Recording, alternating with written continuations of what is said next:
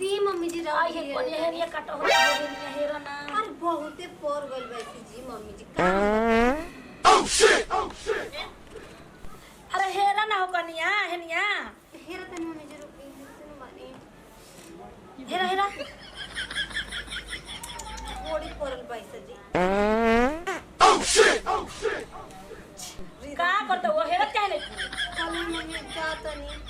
चुपचाप बैठ के हेरा वो तो जाता नहीं काम कर मांगे ना लगेला का हो हेरा जाता नहीं कइले बाड़ी तो दिया पर हेरा तो दिया कहानी Oh shit! ए मम्मी जी अब ना आराम जी जाता नहीं हम जो नहीं के धेरे के मन करता जो जल्दी हट भैया जल्दी हेरा हेनिया अरे कना लगे छिनरू निमर हो तो को हेर तिने कैसे हेरी हम Oh shit! ए मम्मी जी हम ना आराम जी जाएंगे वो हेरा वाली रे अरे कने में रुक रे मैदान को क्या होता नहीं आयो मैया हमरा लागल मैदान आयो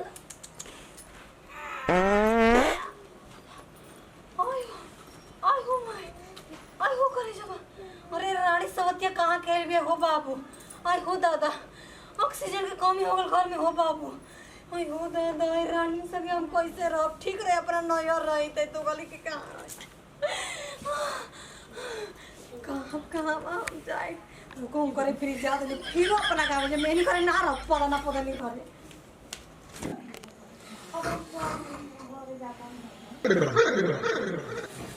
ए जी हाय देखला घर में हमारा के एकदम ऑक्सीजन की कमी भइल बा हम पेट पर लात मारता यहां सुतल होता ए जी जाके तो पहले उठ के बैठी ता अरे सुते दा हो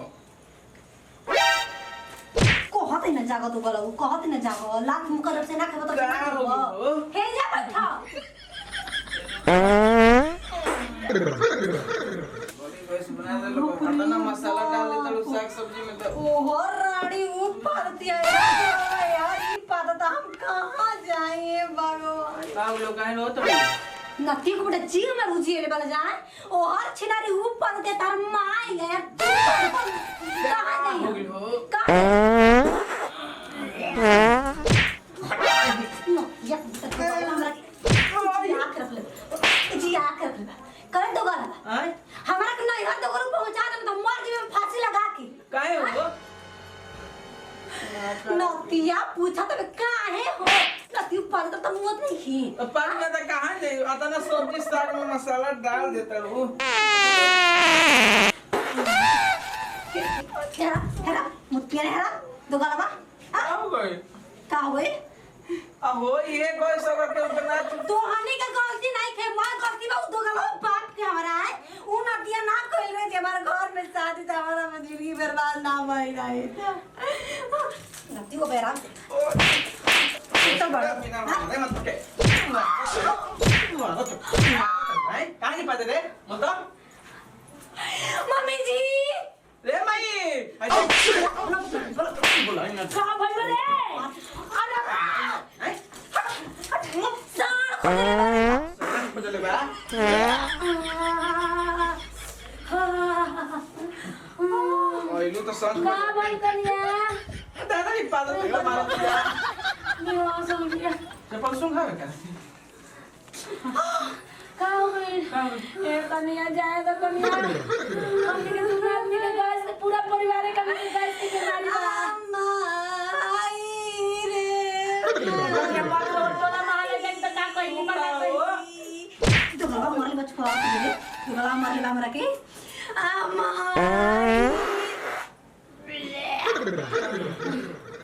कारे माई हाय तू हां को कौन है तो तू आ गईली अरे हमर तो बेहाथ बगल बा एगो बात बताई मम्मी जी कि राउर लोग के ई सब रोगवा भइल कैसे अरे कुल हमनी के पानी के दोष बा कल वाला अरे हमने के खानदानी अरे बाप रे हां लागत हमनी के ना बचे ये मम्मी जी अरे रोवे लोग घरे रह जा हम दुआर पर जाके पूरा हमनी के जाके जा डॉक्टर के देखी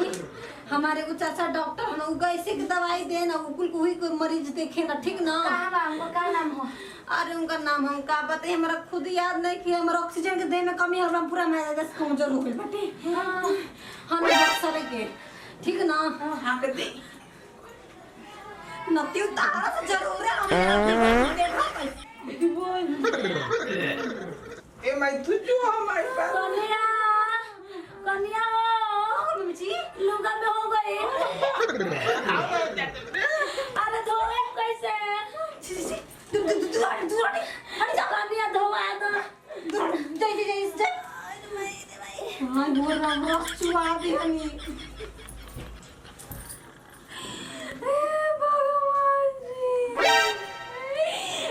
से नहीं मन हम कुआरे रह सोच के हाल चाहत रह मरी ये लोग बियाह कर को कर खाना तो पागल ना रहे इंसान